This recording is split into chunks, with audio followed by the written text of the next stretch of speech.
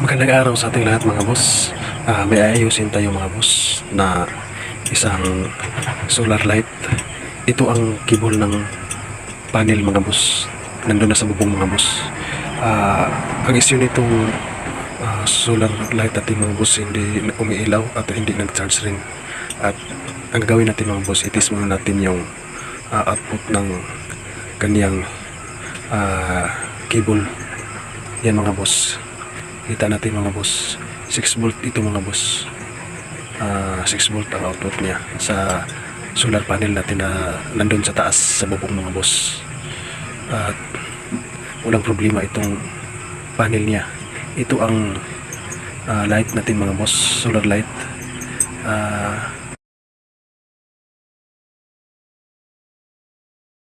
200 watts na ilaw ito mga boss. Isang boss ka. At itis muna natin si mga boss, isaksak muna natin yung cable doon. Tingnan natin kung may umiilaw ba na indicator. Yan mga boss, wala tayong nakitang indicator. Kapag mag-charge yung mga boss, may indicator na lumalabas dyan, mag-blink si mga boss. Pero dito wala siya mga boss. Ibig sabihin mga boss, hindi siya nag-charge. At ayusin lang natin siya mga boss para magamit pa natin. Malaman natin siya mga boss kapag mag-charge kasi may indicator siya. Ang gagawin natin mga boss, baklasin natin ang likod nito kasi dito sa harap niya mahirapan tayong magbukas kasi baka mabasag. Tinisting ko lang yan mga boss kung kaya ba nating buksan yung harap kasi wala siyang tornilyo sa likod mga boss. Kaya tinisting ko muna tong harap kung kaya ba siyang buksan. Pero nahirapan ako magbukas mga boss kasi baka mabasag ito. Sayang naman. Kaya ang ginagawa ko dito mga boss, dito sa likod, nilagari ko nilang sa likod kasi madali naman lang yan natin ibalik. Ito si mga boss, itsura niya. Ito ang kahan niya mga boss, housing niya. Tinanggal na natin at para malaman natin kung ano ang sira nito. Ito mga boss, binaklas ko na at tinisting. At hindi ko na ipakita sa inyo mga boss kung ano ang sira kasi ang cable lang ang sira niya mga boss. Pinutol ko, nag-loose lang kasi. Hindi ko na ipakita ang pagputol nito. Ito ang cable niya mga boss. Pinutol ko kasi ito lang ang diferensya, nag-loose lang siya sa loob. Kaya ang ginawa ko, pinutol ko na lang at dinirect ko na lang siya. At effective naman si mga boss. Yan, ito na si mga boss.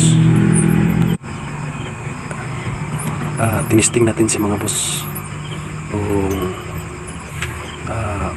gumagana ba kasi ito kinakalawang na yung mga ano niya, NC4. Ayan.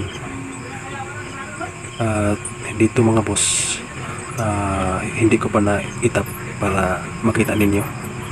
At itinisting natin, itap natin ngayon para makita. Ayan, kita niyo mga boss, nag-blink na. Gumagana na si mga boss. Yun ang sira niya mga boss. Kapag may sira kayong ganyan, huwag niyo munang itapon kasi baka nag-loose lang yung NC4 niya. Para ang solusyon niya, putulin nyo at i-direct na lang kasi binuksan ko sa loob, wala namang problema ang kaniyang mga board sa ilalim ng ilaw.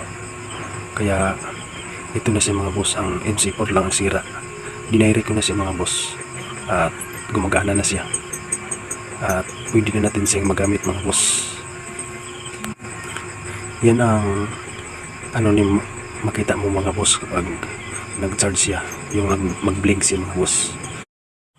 Kapag may ganito kayong issue ng inyong mga solar light, huwag mo nang itapon. Buksan mo na, tingnan kung ano ang sira niya sa loob para hindi kayo bumili ng bago.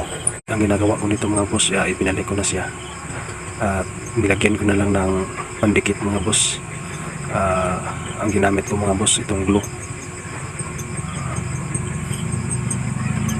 At yan, tapos na mga boss at ready na natin siyang i-testing kasi nabalik na natin, nadikit na natin yung kaha niya, yung housing.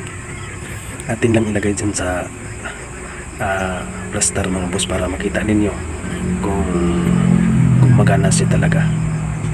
Atin ang i-testing mga boss at itinatap ko na yung wire niya dinirect. Kapag mag-tap kayo mga boss, dapat tama ang pagtap kasi kapag magbaliktad yung mga boss, hindi gumagana kasi may positive yan at negative.